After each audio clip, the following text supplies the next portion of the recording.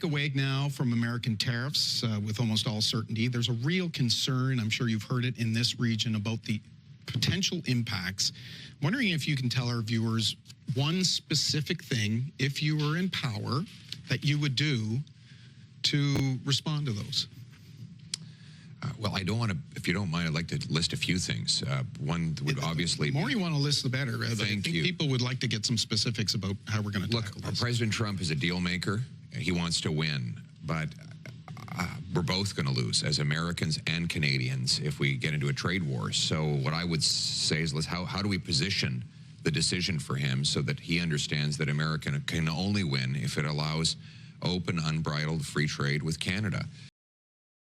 So I would retaliate, and I would target products and services that, A, we don't need, B, we can make ourselves, and C, that we can buy elsewhere so that we maximize impact on the Americans while minimizing impact on Canadians.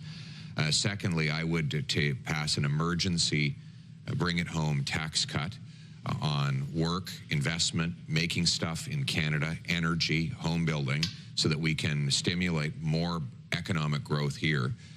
Three, we need to become more self-sufficient. That means knocking down barriers, more interprovincial free trade. We have freer trade with the Americans today than we do with ourselves.